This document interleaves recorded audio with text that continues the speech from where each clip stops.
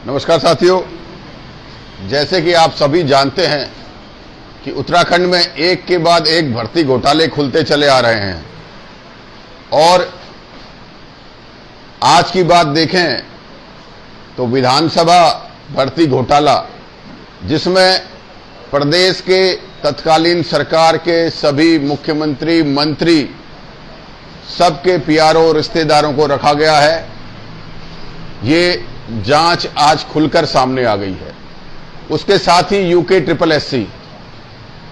साथियों, हमारी ये लड़ाई मेहनती छात्रों को न्याय दिलाने की थी और सरकार ने आज जो हमारे आवाम की आवाज है, जो हमारे बेरोजगार युवाओं की आवाज है, सबकी एक आवाज है कि इन भर्ती घोटालों की सीबीआई जांच होनी चाहिए। लेकिन सरकार सीबीआई जांच की ओर नहीं जा रही है। अगर बात करें उत्तराखंड की और पश्चिम बंगाल की, पश्चिम बंगाल में भी 2014 से 18 एक घोटाला हुआ, शिक्षक भर्ती घोटाला, WBSSC। वहां भाजपा की सरकार नहीं है तो उस घोटाले की सीबीआई जांच करी जा रही है। और उत्तराखंड में उससे भी बड़ा घोटाला, जिसके लिए पूरा उत्तराखंड कह रहा है कि सीबीआई जांच होनी चाहिए। क्या ये सरकार का दोहरा चरित्र नहीं है? क्या इस देवभूमि, जिसे पूरे विश्व में देवभूमि के नाम से जाना जाता है, आज हमारी देवभूमि कलंकित हुई है? तो इस देवभूमि को न्याय नहीं मिलना चाहिए, इस देवभूमि के युवाओं को न्याय नहीं मिलना चाहिए। तो हम सब मिलकर, मैं आपसे भी कहता हूं कि सीबीआई मांग की जांच करें, सीबीआई जांच की मांग करें, जिससे कि हर मेहनती युवा को न्याय मिल सके। साथियों, चयन आयोग, जिसमें फिर जल्दबाजी में नियुक्तियां की जा रही हैं, मैं आप सबके माध्यम से, सोशल मीडिया के माध्यम से उत्तराखंड सरकार से यह निवेदन करना चाह रहा हूं कि इस चयन आयोग का अध्यक्ष कोई ईमानदार रिटायर्ड जज बनना चाहिए, जिससे कि आने वाले समय में और जो भर्तियां होनी हैं, जो आज युवाओं को थोड़ा विश्वास जग रहा है कि बेईमानों को बाहर किया है, तो अगर हाईकोर्ट के रिटायर्ड जज को इसका अध्यक्ष बनाया जाएगा तो शायद ईमानदारी से भर्ती हो सके। साथ ही उत्तराखंड और उत्तर प्रदेश, दो राज्यों का मामला प्रमुखता से निकल कर आ रहा है।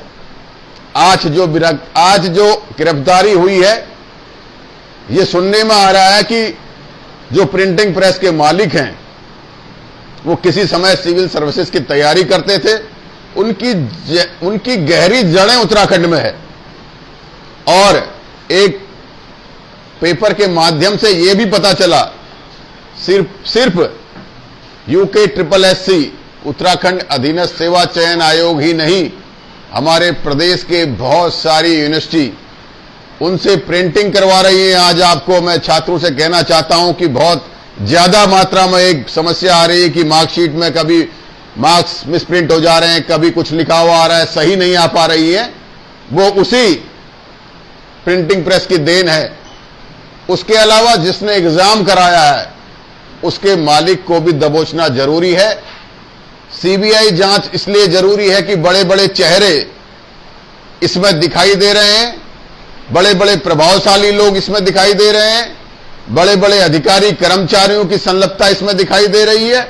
इसलिए अब न्याय तब हो पाएगा जब जांच सीबीआई को जाएगी। हमारे प्रदेश की एसटीएफ बहुत अच्छी जांच कर रहे हैं, लेकिन उनके अधिकार सीमित हैं। और फिर मैं कहना चाहूंगा कि आज हमारे प्रदेश की आवाम और हमारे प्रदेश के युवा, सबके जहन में एक ही बात है, वी वांट सीबीआई। तो सरकार अगर ईमानदार है, ईमानदारी तो आज विधानसभा की भर्ती घोटाले से सरकार की सामने आ गई है, लेकिन सरकार तब भी युवाओं के साथ न्याय करना चाहती है। तो सीबीआई के नीचे हमारी कोई मांग नहीं है।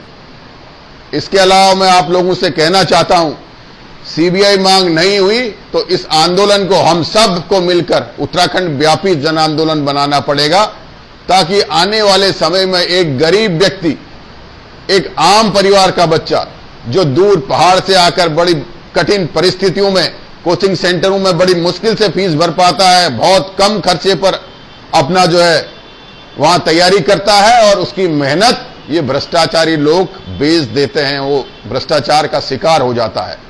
मैं सभी उत्तराखंड वासियों से ये निवेदन करूंगा कि हम सबको मिलकर जो ये भ्रष्टाचार हो रहा है, आज विधानसभा में हुआ है, वो साफ दिखाई दे रहा है कि कैसे जो है सरकार के सभी मंत्री, मुख्यमंत्री, उनके रिश्तेदार, उनके ओएसडी नौकरी पा रहे हैं और मेहनत का युवा सड़कों पर धक्के खा रहा है। साथ ही जो कर्मचारी जिनकी अध्यक्षता और जिनके संचालन, जो अध्यक्ष और सचिव हैं, जो मुख्य दोषी हैं, उनके खिलाफ आज तक सरकार ने कोई कार्रवाई नहीं करी। उनका इस्तीफा और उनको पद से वापस अपनी जॉब में भेज देना ये कोई न्यायोचित नहीं है, क्योंकि उत्तराखंड के युवाओं के भविष्य को बर्बाद करने में, इस देवभूमि को अपमानित करने में, कलंकित करने में सबसे बड़ा योगदान उनका है। मैं सरकार से मांग करता हूं कि उनके खिलाफ तत्काल प्रभाव से कार्रवाई होनी चाहिए। आप सबका मैं पुनः धन्यवाद करता हूं। कुछ साथी पूछना चाह रहे हैं।